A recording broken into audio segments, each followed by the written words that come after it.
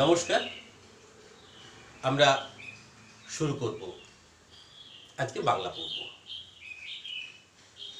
কিন্তু বর্তমানে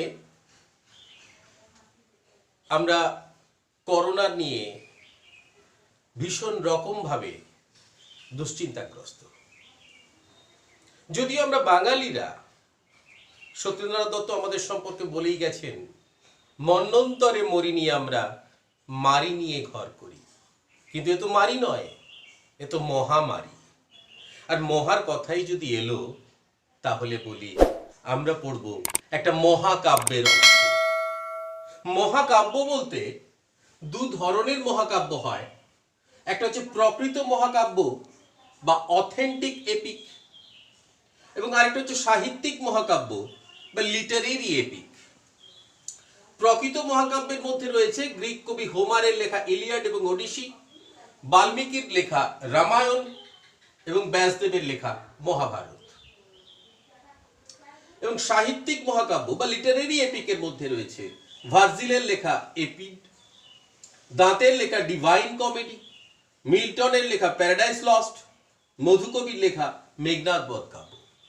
এই মেঘনাদ বধ কাব্যের প্রথম স্বর্গ থেকে নেওয়া অভিষেক আমাদের পাঠ্যাংশ। এই অভিষেক কখন হলো, কার হলো, কেন হলো, এটা আমরা জানব। কিন্তু তার আগে পরিস্থিতিটা জানতে হবে। রাম যখন সীতাকে উদ্ধার করতে লঙ্কায় গেছেন, রাক্ষস বাহিনীর সাথে রামের এবং তার বানর সেনার প্রবল যুদ্ধ চলছে। সেই যুদ্ধে প্রতিদিন শয়ে শয়ে রাক্ষস সৈন্য নিধন হচ্ছে। এমতাবস্থায় বীরবাহুর মৃত্যু সংবাদ রাক্ষস রাজসভায় এসে পৌঁছলে শোকে মুহ্যমান হয়ে গেল সকলে। তখন সভাগৃহে পৌঁছলেন বীরবাহুর মাতা চিত্রাঙ্গদা। তিনি শোকের ঝড় বইয়ে দিলেন। সারা রাজসভা জুড়ে একটা শোকের বাতাবরণ তৈরি হলো। রাক্ষস রাজ রাবণ শোকে মুহ্যমান হয়েছিলেন, কিন্তু চিত্রাঙ্গদার বাক্যবাণে প্রচন্ডভাবে উত্তেজিত হয়ে তিনি কি করলেন? রণসাজে সজ্জিত হতে শুরু করলেন। তিনি নিজেই যুদ্ধে যাবেন। তার সেই বীর পদভারে লঙ্কার মাটি কেঁপে উঠল। সেই কম্পন গিয়ে পৌঁছল সমুদ্রের তলায় বরুণের স্ত্রী বারুণীর প্রবাল আসন কেঁপে উঠল। তিনি তখন তার সখীদের খবর নিতে পাঠালেন যে যুদ্ধের বার্তা নিয়ে এসো। কার কাছে? দেবী লক্ষ্মীর কাছে। দেবী লক্ষ্মী তখন নিজেই লঙ্কায় গেলেন পরিস্থিতির দেখভাল করবার জন্য। সেখানে তিনি দেখলেন যে রাক্ষস রাজ রাবণ নিজেই যুদ্ধ প্রস্তুতি নিচ্ছেন, কিন্তু রাক্ষস কুলের শ্রেষ্ঠ বীরশ্রেষ্ঠ ইন্দ্রজিৎ নেই। তিনি কোথায়? প্রমোদ কাননে মত্ত বিলাসে।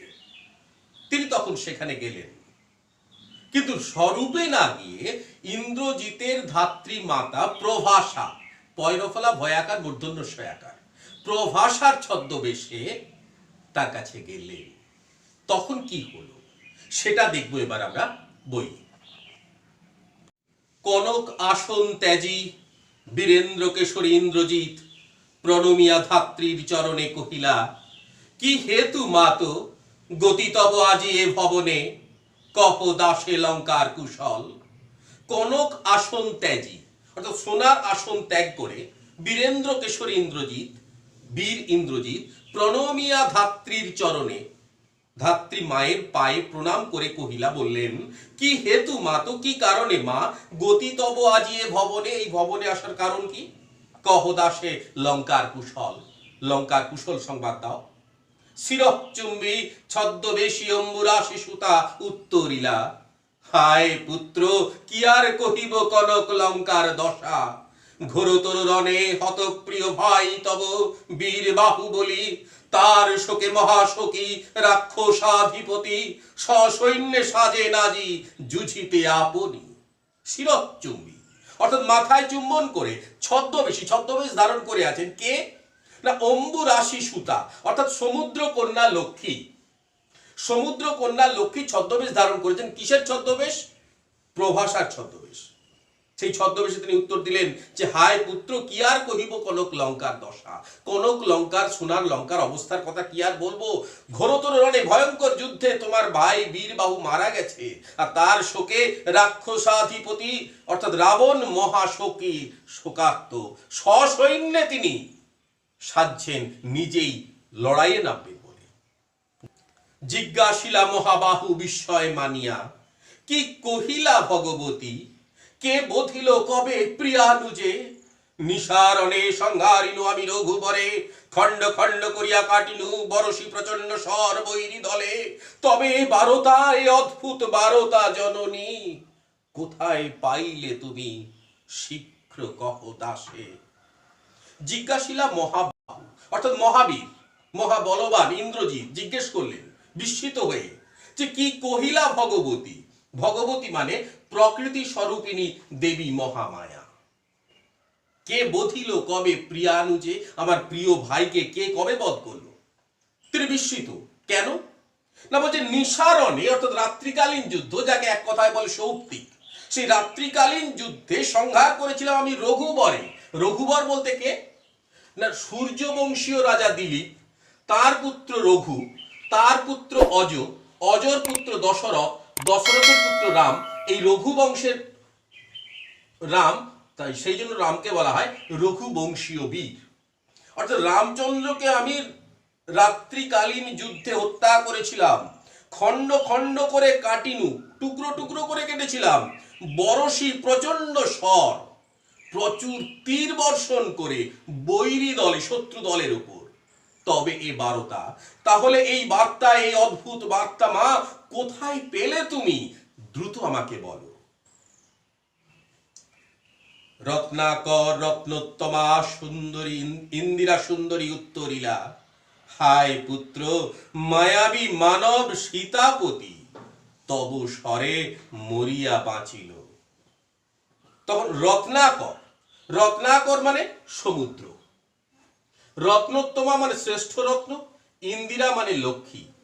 অর্থাৎ সমুদ্রের বুকে অনেক মূল্যবান পাথর রত্ন পাওয়া যায়, কিন্তু সমস্ত পাথরের তুলনায়, সমস্ত রত্নের তুলনায় শ্রেষ্ঠ রত্ন সমুদ্র কন্যা লক্ষ্মী। তিনি বললেন যে হায় পুত্র মায়াবী মানব সীতাপতি। সীতাপতি মায়াবী মানব রামচন্দ্র, তব স্বরে মরিয়া বাঁচিল, মায়ার বলে তিনি মরে বাঁচলেন। তুমি তরা করি, তুমি দ্রুত যাও, রক্ষ রক্ষ কুলমান এ কাল সমরে রক্ষ চূড়ামণি। পরপর দুটো রক্ষ দেখো, রক্ষ রক্ষ কুলমান, প্রথম রক্ষ অর্থাৎ রক্ষা করো, আর দ্বিতীয় রক্ষ অর্থাৎ রাক্ষস। রক্ষ কুলমান রাক্ষস কুলের সম্মান। কোথায় রাক্ষস কুলের সম্মান রক্ষা করতে হবে? এ কাল সমরে, এই মৃত্যুরূপ যুদ্ধে। কাকে বলছে? রক্ষ চূড়ামণি অর্থাৎ রক্ষ কুলের শ্রেষ্ঠ কে? ইন্দ্রজিৎ। ছিঁড়িলা কুসুম দাম রোষে মহাবলী মেঘনাথ। দেবী লক্ষ্মীর, লক্ষ্মী বলে জানে না যদিও, প্রভাষা বলেই দেখছে, তার এই কথায় ইন্দ্রজিৎ মেঘনাথ উত্তেজিত হয়ে উঠলেন। ছিঁড়িলা কুসুম দাম, ফুলের মালা তিনি ছিঁড়ে ফেললেন। ফেলাইলা কনক বলয় দূরে, তার হাতে যে সোনার বালা ছিল সেটা তিনি দূরে ছুঁড়ে ফেললেন। পদতলে পড়ি শোভিল কুণ্ডল, কুণ্ডল মানে হচ্ছে কানের আভরণ। তখনকার দিনে পুরুষরাও কানে এক ধরনের অলংকার পরতো, সেটাকেই বলা হয় কুণ্ডল। পদতলে পড়ি শোভিল কুণ্ডল, পায়ের তলায় সেই কানের আভরণ পড়ে রইল। কিন্তু এই যে পায়ের কাছে সোনার কুণ্ডলটা, কানের আভরণটা পড়ে রইল, সেটা কেমন লাগছে দেখতে? যথা অশোকের ফুল অশোকের তলে আভাময়, অশোক ফুল গাছের নিচে পড়ে থাকলে সেটা যেমন আভাময় হয়ে ওঠে, ঠিক সেই রকম ইন্দ্রজিতের পায়ের তলায় এই সোনার কুণ্ডল পড়ে থাকায় সেটা আভাময় হয়ে উঠেছে। তখন ইন্দ্রজিৎ কি বলছেন? তিনি তো ফুলের গয়না ফেলে দিলেন, সোনার গহনা ফেলে দিলেন, কিন্তু বলছেন কি? যে ধিক মোরে কহিলা গম্ভীরে কুমার। কুমার অর্থাৎ রাজকুমার, রাক্ষস রাজার কুমার গম্ভীর স্বরে বললেন যে ধিক মোরে। তিনি নিজেকে ধিক্কার জানাচ্ছেন। হা ধিক মোরে। কেন ধিক্কার জানাচ্ছেন? বৈরী দল বেড়ে স্বর্ণ লঙ্কা, হেথা আমি বামা দল মাঝে। বৈরী দল অর্থাৎ শত্রু দল, শত্রু দল বেড়ে স্বর্ণ লঙ্কা অর্থাৎ সোনার লঙ্কাকে শত্রুরা ঘিরে ফেলেছে, আর আমি হেথা আমি বামা দল মাঝে, এখানে আমি নারীদের মাঝে বসে প্রমোদ কারণে বিলাসে মত্ত। এই কি সাজে আমাকে কি এটা মানায়? কেন মানায় না? কারণ দশাননাত্মজ, আমি ইন্দ্রজিৎ, আমি ইন্দ্রজিৎ, আমি দশানন যুক্ত আত্মজ। আত্মজ মানে সন্তান, দশাননের সন্তান আমি, আমাকে কি এটা মানায়? আনুরথ তরা করি ঘুচাবো অপবাদ বোধি রিপু কুলে। দ্রুত রথ নিয়ে এসো, আমার বিরুদ্ধে যে অপবাদ সেটা আজকে আমি ঘুচিয়ে দেব। কি করে? বোধি রিপু কুলে, শত্রুকুলকে বধ করে। সাজিলা রথীন্দ্র সব বীর আভরণে, হৈমবতী সুত যথা নাসিতে তারকে মহাসুর। রথীন্দ্র সব শ্রেষ্ঠ যোদ্ধা, শ্রেষ্ঠ যোদ্ধা ইন্দ্রজিৎ সেজে উঠলেন। কেমন করে? বীর আভরণে অর্থাৎ বীরের পোশাকে, বীরের অলঙ্কারে, বীরের আভরণে। কেমন ভাবে সেটা? হৈমবতী সুত। হৈমবতী সুত মানে হচ্ছে দুর্গাপুত্র কার্তিক। হৈমবতী সুত অর্থাৎ কার্তিক যথা মানে যেমন ভাবে, নাসিতে তারকে মহাসুর, তারক নামের মহাসুরকে নাশ করবার সময়, হত্যা করবার সময় যেমন ভাবে সেজে উঠেছিলেন। কিন্তু এখন ছোট্ট করে একটু জেনে নেওয়া দরকার যে তারকাসুরটা কে। তারকাসুর ছিলেন এক দেববিদ্বেষী রাক্ষস, অসুর। তিনি চেয়েছিলেন দেবতাদেরকে পরাজিত করতে, দেবতাদেরকে জয় করতে। সেটা যখন হচ্ছিল না, তখন তার মাথা থেকে প্রবল তেজ নির্গত হয়ে দেবতাদেরকে দগ্ধ করতে শুরু করে। দেবতারা আতঙ্কিত হয়ে পড়ে। তারা তখন ব্রহ্মার কাছে আশ্রয় চায়। ব্রহ্মা আশ্রয় দেয় এবং সেই সঙ্গে তারকাসুরকে তার কাঙ্ক্ষিত বরদান করেন। তাহলে দেবতারা তো হেরে যান। সেই কারণে ব্রহ্মা একটা ছোট্ট টুইস্ট রেখে দিলেন যে তিনি দেবতাদেরকে পরাজিত করতে পারবেন, তিনি অপরাজেয় হবেন, শুধুমাত্র শিবের পুত্র তাকে হারাতে পারবে। পরবর্তী ক্ষেত্রে শিব পুত্র কার্তিক অর্থাৎ দেব সেনাপতি কার্তিক তারকাসুরকে বধ করে। সেই কারণেই এটা বলা হয়েছে যে হৈমবতী সুত যথা নাসিতে তারকে মহাসুর। তারক নামের মহাসুরকে বধ করবার জন্য কার্তিক যেভাবে সেজে উঠেছিলেন, ইন্দ্রজিৎ সেভাবেই সেজে উঠছেন। তিনি বলছেন তিনি আরো একটা উদাহরণ দিচ্ছেন যে ইন্দ্রজিৎ কিভাবে সেজে উঠছেন। বলছে কিংবা যথা বৃহন্নলা রূপী কিরীটি বিরাট পুত্র সহ উদ্ধারিতে গোধন সাজিলা সুর সৌমি বৃক্ষ মূলে। কিংবা যথা বৃহন্নলা রূপী, বৃহন্নলাকে ক্লীবরূপী বা হিজড়া রূপী, এখানে অর্জুনকে বোঝানো হয়েছে। কেন অর্জুনকে বোঝানো হয়েছে? কেন? অর্জুন যখন অস্ত্র শিক্ষার জন্য স্বর্গে যান, সেখানে অপ্সরাদের মধ্যে অন্যতমা উর্বশী তার সাথে যৌন মিলনে রত হওয়ার জন্য প্রস্তাব দেয়, কিন্তু অর্জুন সেই প্রস্তাব প্রত্যাখ্যান করলে উর্বশী ক্রুদ্ধ হয়ে তাকে অভিশাপ দেন যে অর্জুন 1 বছরের জন্য কি করবেন, হিজড়ে হয়ে যাবে, ক্লীব হয়ে যাবে, বৃহন্নলা হয়ে যাবে। এবার আমরা মহাভারতের গল্পে জেনেছি যে 1 বছর পাণ্ডবরা বিরাট রাজার বাড়িতে অজ্ঞাতবাসে ছিল। অর্জুন সেই অজ্ঞাতবাসকালীন সময়টাই বেছে নিলেন যে বৃহন্নলা রূপ তিনি ধারণ করবেন। সেই কারণেই বলা হয়েছে যে বৃহন্নলা রূপী কিরীটি, কিরীটি মানে অর্জুন, বিরাট পুত্র সহ উদ্ধারিতে গোধন। বিরাট পুত্র অর্থাৎ বিরাট রাজার পুত্র, তার নাম হচ্ছে উত্তর। বিরাট রাজার ছেলের নাম উত্তর। এই বিরাট রাজার ছেলেকে নিয়ে উদ্ধার করতে গেল গোধন। তৎকালীন যুগে, এখনকার দিনে সোনা দানা ইত্যাদি ইত্যাদি অনেক কিছু সম্পদ ছিল ঠিকই, কিন্তু তখনকার দিনে রাজা রাজরাদের প্রধানতম একটা সম্পদ ছিল, সেটা হলো গরু। এই বিরাট রাজার বাড়িতে যখন এরা পাণ্ডবরা অজ্ঞাতবাসে, তখন কৌরব পক্ষ বিরাট রাজার গোধন গরুগুলোকে চুরি করে নিয়ে চলে যায়। তখন বিরাট রাজার ছেলে উত্তর সে বলল আমি গরুগুলো উদ্ধার করে আনতে যাই। কিন্তু অর্জুন বুঝলো যে উত্তরের পক্ষে একা এটা সম্ভব নয়। তখন তিনি তার সাথে গেলেন, বলে আমি যাই, চলো তোমার সাথে। গিয়ে কি করলেন, যখন অজ্ঞাতবাস সে আসার জন্য বিরাট রাজার বাড়িতে আসে, তখন শমী বৃক্ষ অর্থাৎ যজ্ঞের কাজে ব্যবহৃত এক ধরনের গাছ শমী বৃক্ষ, এই শমী বৃক্ষের মগডালে অর্জুন তার গান্ডীব সহ সমস্ত অস্ত্রগুলোকে লুকিয়ে রেখেছিল। ওখানে গিয়ে অর্জুন বলল, অর্থাৎ বৃহন্নলা, সেই বৃহন্নলা রূপী অর্জুন উত্তরকে বলল ওখান থেকে অর্জুনের লুকিয়ে রাখা অস্ত্র সম্ভার তুমি নামিয়ে আনো, ওগুলো নিয়ে আমি যুদ্ধ করব। উত্তর অবাক হলেও পরবর্তী ক্ষেত্রে সেটা নামিয়ে এনেছিল।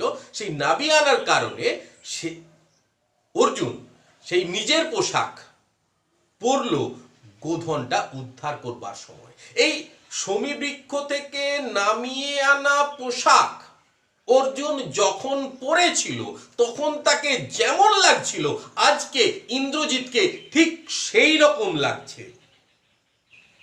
কিংবা যথা বৃহন্নলা রূপী কিরীটি বিরাট পুত্র সহ উদ্ধারিতে গোধন সাজিলা সুর শমী বৃক্ষ মূলে। বর্ণ রথ, ইন্দ্রজিৎ যাচ্ছেন, তার রথটা মেঘের বর্ণ ধারণ, চক্র বিজলির ছটা, তার রথের চাকা থেকে বিজলির ছটা, বিদ্যুতের ছটা বেরোচ্ছে। ধ্বজ ইন্দ্রচাপ রূপী অর্থাৎ রামধনুর মতো, ইন্দ্রচাপ মানে হচ্ছে রামধনু, কথাটা মনে রাখবে।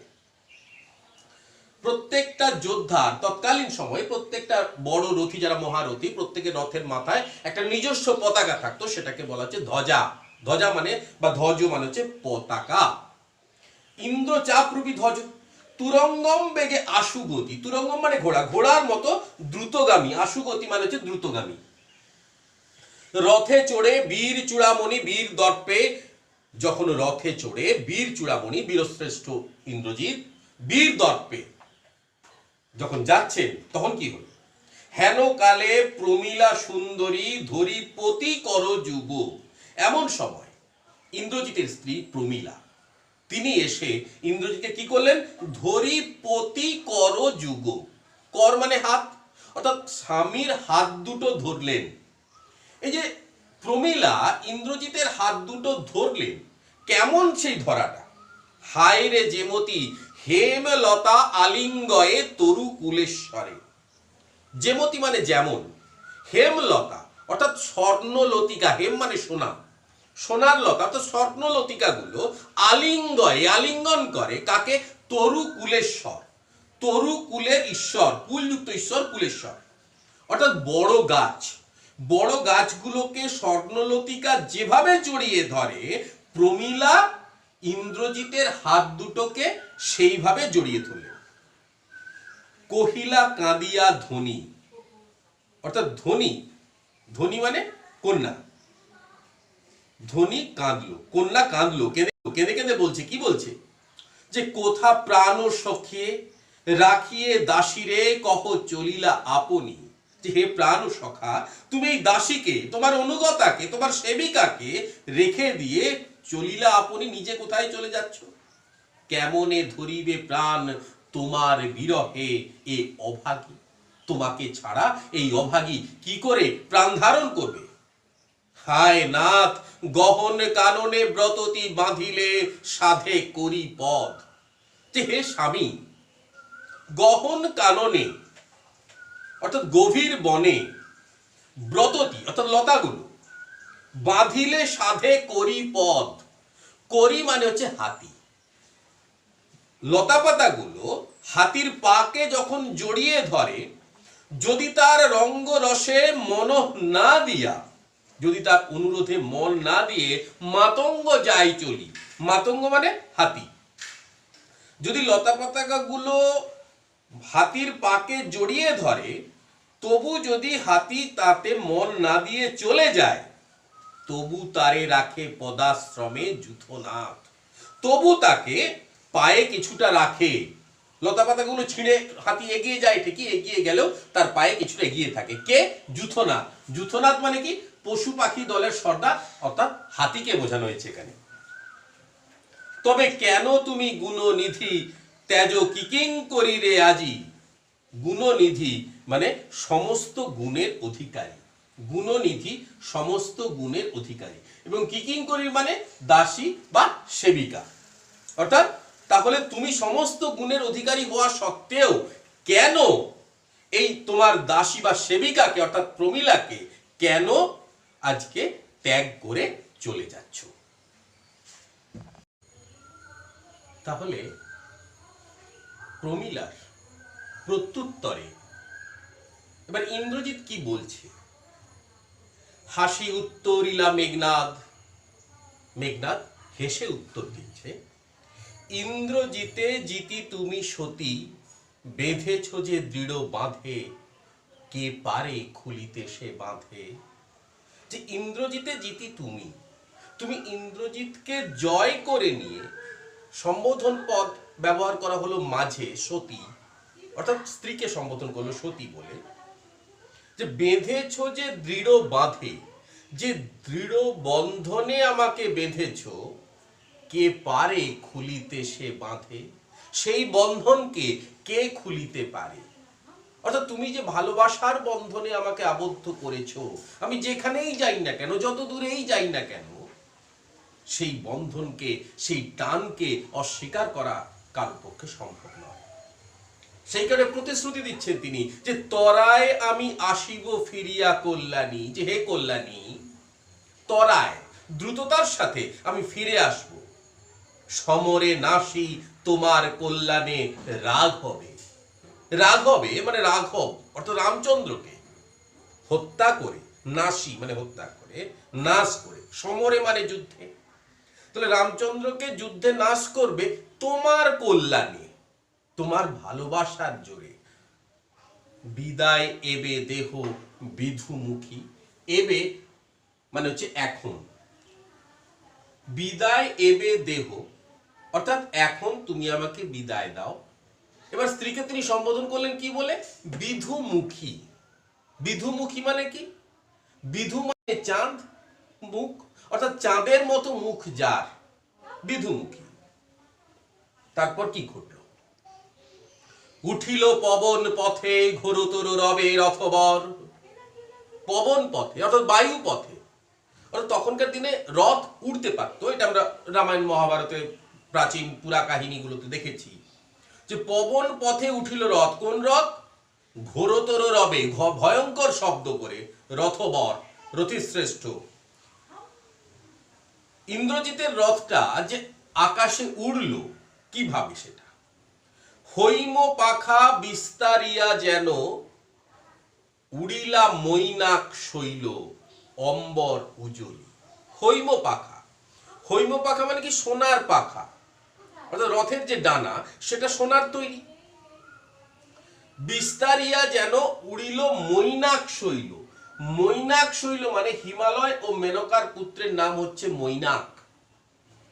এখন একটা অদ্ভুত কথা শোনা গেল যে মৈনাক যদি পাহাড় হয় সেই পাহাড় উড়তো কি করে। আমাদের পুরাণ বলছে যে আগেকার দিনে পাহাড়দের ডানা ছিল, তারা আকাশে উড়ে বেড়াতো, সন্ধ্যের পর মাটিতে নেমে আসতো। একবার দেবরাজ ইন্দ্র যখন যাচ্ছেন, পথে ট্রাফিক জ্যাম হয়ে গেছে, কেমন, অর্থাৎ এত পাহাড় যে সেখানে তিনি তার রথে করে যেতে পাচ্ছেন না। তখন তিনি ক্রুদ্ধ হয়ে সেই পাহাড়গুলোর ডানা ছাড়তে শুরু করলেন। তখন ওই মৈনাক পাহাড় ভয়ে দৌড়ে পালিয়ে যেতে থাকে। সেখানে তিনি কি করলেন, পবন দেবের সাহায্য নিয়ে তিনি জলের তলায় লুকিয়ে গিয়েছিলেন। অম্বর উজ্জ্বলী, অম্বর মানে আকাশ, উজ্জ্বলী মানে উজ্জ্বল করে, অর্থাৎ আলোকিত করে। তাহলে মৈনাক পাহাড় যখন আকাশে উঠছিল তখন আকাশ যেমন উজ্জ্বল বর্ণ ধারণ করেছিল, এখন ইন্দ্রজিতের রথ আকাশে ওড়ায় সেই একই রকম উজ্জ্বল বর্ণ দেখা যাচ্ছে। এবার এই রথে যেতে যেতে কি ঘটছে, সিঞ্জিনী আকর্ষী রসে টঙ্কারিলা ধনু বীরেন্দ্র। সিঞ্জিনী মানে যে ধনুকের ছিলা, সিঞ্জিনী মানে ধনুকের ছিলা, সিঞ্জিনীর আরো একটা অর্থ হয় নূপুর। এই ধনুকের ছিলাটা আকর্ষণ করলেন, টান দিলেন রোষে, রাগে। টঙ্কারিলা ধনু, ধনুকের শব্দকে বলা হয় টঙ্কার ধ্বনি, ধনুকটা টঙ্কার শব্দ করলো। এই কাজটা কে করলো, বীরেন্দ্র, বীরশ্রেষ্ঠ ইন্দ্রজিৎ। কিন্তু এই যে ধনুকের ছিলাটা ধরে টান দিলেন, তাতে যে শব্দটা তৈরি হলো, কেমন সেই শব্দ, পক্ষীন্দ্র যথা নাদে মেঘ মাঝে ভৈরবে। পক্ষীন্দ্র মানে হচ্ছে পক্ষীযুক্ত ইন্দ্র, এখানে গরুড়কে বোঝানো হয়। এবং ভৈরবে মানে হচ্ছে ভয়ানক ভাবে। তাহলে গরুড় মেঘ মাঝে, মেঘের মধ্যে ভয়ানক ভাবে যেমন নাদে অর্থাৎ শব্দ করে, ঠিক সেই রকম ইন্দ্রজিতের ধনুকের ছিলার শব্দটা হলো, টঙ্কার ধ্বনিটা হলো। তাতে কি ঘটলো, ফলাফল কি, কাঁপিলা লঙ্কা কাঁপিলা জলধি। তার ফলে সারা লঙ্কার মাটি কেঁপে উঠলো এবং জলধি অর্থাৎ সমুদ্র কেঁপে উঠলো। ইন্দ্রজিৎ তো যাচ্ছে, ওদিকে কি হচ্ছে, কারণ আমরা একদম প্রথমে দেখেছিলাম দেবী লক্ষ্মী যখন খোঁজ নিতে বেরিয়েছিলেন তখন দশানন রাবণ যুদ্ধ সাজে সজ্জিত হচ্ছেন। তিনি সেই দৃশ্য দেখে ইন্দ্রজিৎকে খবর দিয়ে এসেছিলেন। তাহলে ওখানে দশাননের সাজসজ্জাটা তো থেমে যায়নি, কি হচ্ছে সেখানে, সাজিছে রাবণ রাজা বীর মদে মাতি।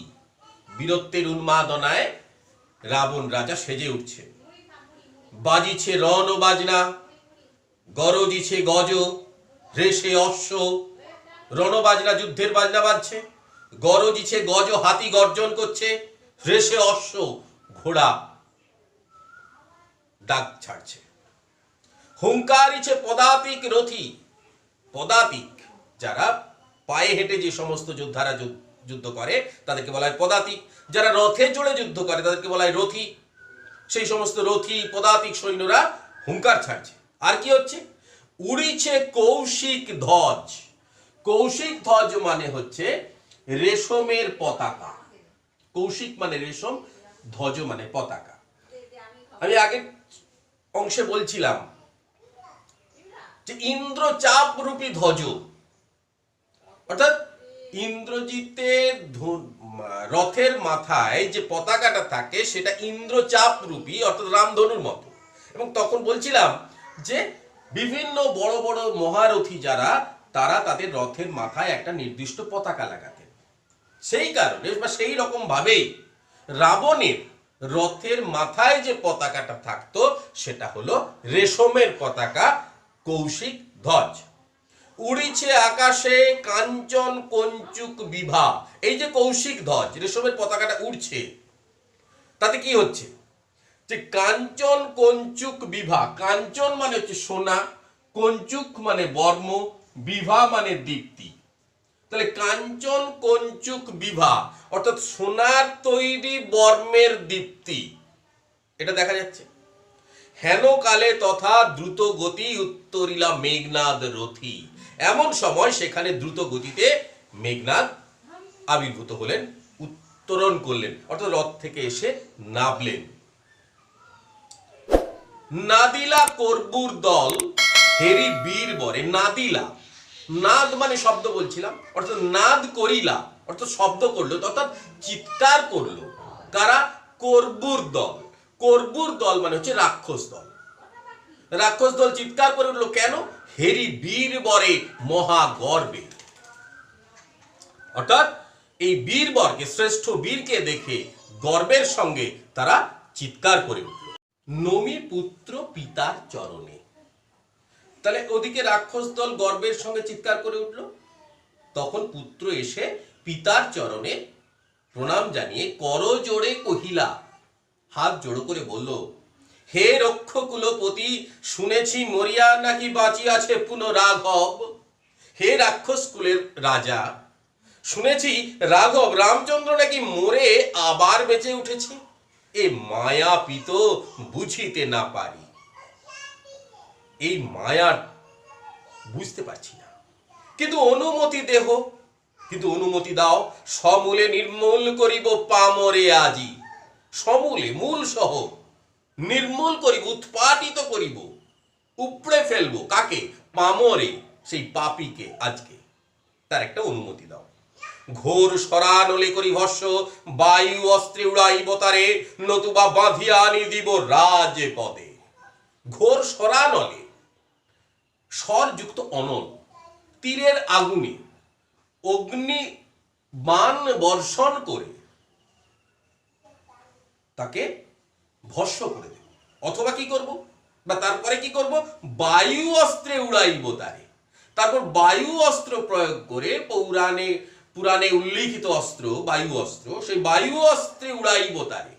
অর্থাৎ এর আগের বার কি হয়েছিল? টুকরো টুকরো করে কেটেছিলাম, তবুও সে মায়া বলে আবার বেঁচে উঠেছে। কিন্তু এবারে তাকে ভস্য করে দিয়ে, তাকে বায়ু অস্ত্র দিয়ে ভস্যটাকে, ছাইটাকে চারিদিকে উড়িয়ে দিলে, যাতে তারা সে তার বডিটাকে, তার শরীরটাকে পুনর্গঠিত করতে না পারে, সেই জন্য এই প্রয়াস।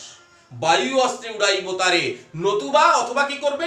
বাঁধিয়া আনি দিব রাজ পদে, অথবা আপনি রাজা, আপনার পায়ে তাকে বেঁধে এনে ফেলব। তখন রাবণ কি করলেন? আলিঙ্গে কুমারে, কুমারকে আলিঙ্গন করলেন। চুম্বি শির, তার মাথায় চুম্বন করলেন। তারপর মৃদুস্বরে উত্তর করিলা, তবে স্বর্ণ লঙ্কাপতি। মৃদুস্বরে স্বর্ণ লঙ্কার অধিপতি লঙ্কেশ্বর রাবণ উত্তর করলেন, রাক্ষস কুল শেখর তুমি। শেখর মানে চূড়া। রাক্ষস কুল শেখর তুমি, তুমি রাক্ষস কুলের চূড়া, তুমি রাক্ষস কুল ভরসা, তুমি রাক্ষস কুলের ভরসা। এই কাল সমর, এই কাল সমর মানে মৃত্যুরূপ যুদ্ধ। এই মৃত্যুরূপ যুদ্ধে নাহি চাহে প্রাণ মম, পাঠাইতে তোমা বারংবার। বারবার, বারংবার মানে আমার প্রাণ চায় না তোমাকে এই মৃত্যুরূপ যুদ্ধে বারবার পাঠিয়ে দিতে, কিন্তু হায় বিধি বাম মম প্রতি, কিন্তু ভাগ্য আমার প্রতি বিরূপ। কে কবে শুনেছে পুত্র ভাসে শিলা জলে? কে কবে শুনেছে পুত্র যে শিলা কখনো জলে ভাসে? কে কবে শুনেছে লোক মরি পুনঃ বাঁচে? কে কবে শুনেছে যে মানুষ মরে যাওয়ার পর আবার নতুন করে বেঁচে উঠেছে? তাহলে রাবণের এই কথায় ইন্দ্রজিৎ কি বলছেন? উত্তরিলা বীর দর্পে অসুরারি রিপু। বীর দর্পে, বীরত্বের সঙ্গে উত্তর করলো কে? অসুরারি রিপু। এই কথাটার অর্থটা দেখো, অসুর যুক্ত অরি, অসুরারি, রিপু। তাহলে রিপু মানে শত্রু। অসুরের অরির রিপু, অসুরের শত্রুর শত্রু। তার মানে ঘুরিয়ে অসুরটা কি? ইন্দ্রজিৎ। ইন্দ্রজিতের রিপু কে? রাম। রামের রিপু কে? ইন্দ্রজিৎ। অর্থাৎ অসুরের অরি, অসুরারি, অসুরারি বলতে রাম, তার রিপু অর্থাৎ ইন্দ্রজিৎ। ইন্দ্রজিৎ বলছে, কি ছাড় সে নর, তুচ্ছ সেই মানুষ, তারে ডরাও আপনি, তাকে আপনি ভয় পান। রাজেন্দ্র, রাজা যুক্ত ইন্দ্র, রাজেন্দ্র অর্থাৎ শ্রেষ্ঠ রাজা রাবণকে সম্বোধন করে বলছে, থাকিতে দাস যদি যাও রণে তুমি, এ কলঙ্ক পিত ঘুষিবে জগতে। তোমার এই দাস থাকতে, অনুগত থাকতে, সেবক থাকতে যদি তুমি যুদ্ধে যাও, তাহলে বাবা এই কলঙ্ক ঘুষিবে জগতে। ঘুষিবে মানে হচ্ছে প্রচারিত হবে। হাসিবে মেঘবাহন, মেঘবাহন মানে হচ্ছে ইন্দ্র। ঋষিবেন দেব অগ্নি, মেঘনাদের আরাধ্য দেবতা অগ্নি, তিনি রুষ্ট হবেন। দুইবার আমি হারানু রাগ হবে, আর একবার পিত দেহ আজ্ঞা মোরে, দেখিব এবার বীর বাঁচে কি ঔষধে।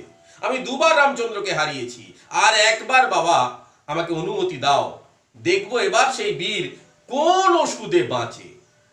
তখন রাবণ কি বলছে, কহিলা রাক্ষসপতি, রাক্ষসপতি বললেন যে কুম্ভকর্ণ বলি ভাই মম, কুম্ভকর্ণের মতো মহাবীর আমার ভাই, তাই আমি জাগানু অকালে ভয়ে, তাকে আমি অকালে জাগিয়ে ফেলেছি। কারণ কুম্ভকর্ণ 6 মাস ঘুমোবেন, একদিন জাগবেন, আবার 6 মাস ঘুমোবেন। কিন্তু এই ঘুমানোর মধ্যবর্তী সময়ে যদি তাকে জাগিয়ে দেওয়া হয়, তাহলে তিনি কিন্তু মারা যাবেন।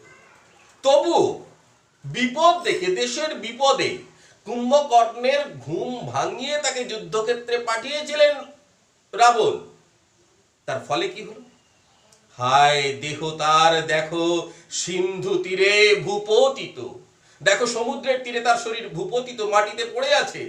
এই যে কুম্ভকর্ণের দেহটা সমুদ্রের তীরে পড়ে আছে, কেমন ভাবে পড়ে আছে,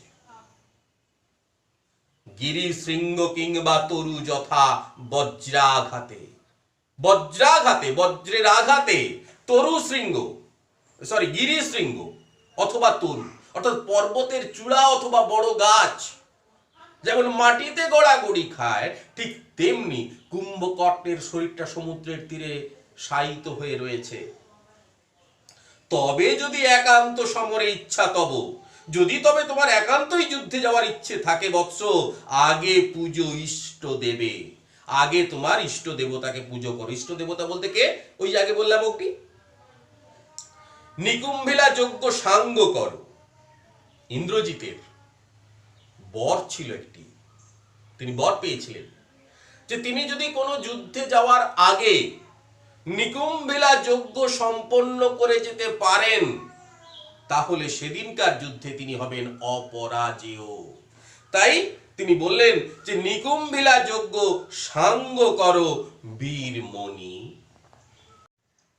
তারপর কি বলছে, যে সেনাপতি পদে আমি বরিনু তোমারে, তোমাকে আমি সেনাপতির পদে বরণ করে নিচ্ছি। দেখো অস্তাচলগামী দীননাথ এবে, দেখো এখন দীননাথ মানে সূর্য অস্তাচলে যাচ্ছেন, অর্থাৎ দিনের সমাপ্তি ঘোষিত হচ্ছে, এখন আর যুদ্ধ নয়। প্রভাতে যুঝিও বৎস রাঘবের সাথে, কাল সকালে তুমি রামচন্দ্রের সঙ্গে যুদ্ধ করো। এতে কহিয়া রাজা, এত কিছু বলে রাজা কি করলেন, যথাবিধি লয়ে গঙ্গোদক, যথাবিধি অর্থাৎ নিয়ম সম্মত ভাবে, লয়ে নিয়ে, গঙ্গোদক গঙ্গাযুক্ত উদক, গঙ্গোদক গঙ্গার জল নিয়ে অভিষেক করিলা কুমারে, রাজকুমারকে সেনাপতি পদে অভিষিক্ত করলেন। এই গেল আমাদের মূল কবিতাটা। এখন এখান থেকে কি কি প্রশ্ন হতে পারে সেগুলো যদি আমরা একটু দেখি। একটা তো ইন্দ্রজিতের চরিত্র, রাবণের চরিত্র, প্রমীলার চরিত্র, ইন্দিরা এবং ইন্দ্রজিতের সাক্ষাৎ দৃশ্য। একটা লাইন হতে পারে যে ঘুচাবো ও অপবাদ বোধি রিপুকুলে, কোন অপবাদ, বক্তা কিভাবে সেই রোষ প্রকাশ করেছেন, অপবাদ ঘুচাতে কি করলেন, এই জাতীয় কিছু। রথীন্দ্র সবের আভরণ বিষয়ে যে উপমাগুলো প্রয়োগ করেছেন, তার পোশাক, তার অলংকার সম্পর্কে যে তুলনাগুলো দিয়েছেন, সেই তুলনাগুলো। কেমনে ধরিবে প্রাণ তোমার বিরহে অভাগী। এই কথোপকথনের মাধ্যমে বক্তা এবং উদ্দিষ্ট ব্যক্তির মধ্যে যে সম্পর্ক, সেই সম্পর্কের পরিচয়। পিতা পুত্রের সাক্ষাৎ দৃশ্য একদম শেষ অংশ। রাবণের সঙ্গে ইন্দ্রজিতের যখন সাক্ষাৎ হলো, যখন রাক্ষস দল চিৎকার করে উঠলো, তারপর কি ঘটেছিল। এছাড়াও পাঠ্যাংশ থেকে যে কোনো লাইনে একটা উদ্ধৃতি, যে কোনো লাইন তুলে তার ব্যাখ্যা, এইগুলো মোটামুটি বড় প্রশ্ন হবে আমাদের। এই যে বড় প্রশ্নগুলো, এই বড় প্রশ্নগুলোর উত্তরগুলো করবার সময় অবশ্যই পয়েন্টস দিয়ে দিয়ে উত্তরগুলো করতে পারলে ভালো হয়। যখন ধরো আমরা চরিত্র বলছি, চরিত্রগুলো বলার সময় আমরা তার চারিত্রিক বৈশিষ্ট্যগুলো অবশ্যই পয়েন্টস করে করে লিখব। ধরো ইন্দ্রজিতের চরিত্র লিখছি আমরা, গুরুজনকে ভক্তি প্রদর্শন করছেন, তার মধ্যে ভ্রাতৃপ্রেম দেখছি, তিনি কুল রক্ষায় সচেতন, তার মধ্যে একটা অপরাধ বোধ কাজ করছে, তার মধ্যে পত্নী প্রেম আছে। এই ধরনের আমরা পয়েন্ট করে করে উত্তরগুলো লিখলে সেটা অনেকটা আকর্ষণীয় হবে। আবার ধরো ইন্দিরা ইন্দ্রজিতের সাক্ষাৎ দৃশ্য, শুধু ঘটনার বিবরণটা নয়, বিবরণগুলোকে কেটে দাও। কেমন? ধাত্রীরূপে সমুদ্রকন্যা ইন্দিরার আগমন ঘটার পর কি হলো, ইন্দ্রজিতের লঙ্কার কুশল জানতে চাইল, ইন্দিরা কি সংবাদ দিল, ইন্দ্রজিৎ বিস্মিত হলো। এইভাবে আমরা পয়েন্টসগুলোকে যদি সাজাই তাহলে উত্তরটা বেটার হবে। এবার খেয়াল রাখবে, বেশি কালি ব্যবহার করবে না, দুটো রঙের কালি দিয়ে করবে, কালো এবং নীল। পয়েন্টসটা যদি কালো করো তাহলে উত্তরটা হবে নীল, এবং নীলে যদি পয়েন্টস করো তাহলে কালোতে উত্তর। এবং খেয়াল রাখবে অবশ্যই উদ্ধৃতি, উত্তরের মধ্যে কোটেশন। এটা যেহেতু কবিতা, কবিতার ক্ষেত্রে কবিতার লাইন, প্রাসঙ্গিক লাইন অবশ্যই প্রয়োজন। যখন চরিত্র, আমরা চরিত্র নিয়ে যখন বলছি তখন একটা বৈশিষ্ট্য বললাম, সেই বৈশিষ্ট্যের সাপোর্টিং লাইন তোমরা ইংরেজিতে ট্রু ফলসের সময় যেমন সাপোর্টিং লাইন তোমাদের তুলে দিতে হয়, ঠিক সেই রকম সাপোর্টিং উদ্ধৃতি আমাদের কিন্তু দেওয়া উচিত। এছাড়া সব প্রশ্নের জন্য থরলি টেক্সটটা ভালো করে পড়ো। এই পর্যন্ত।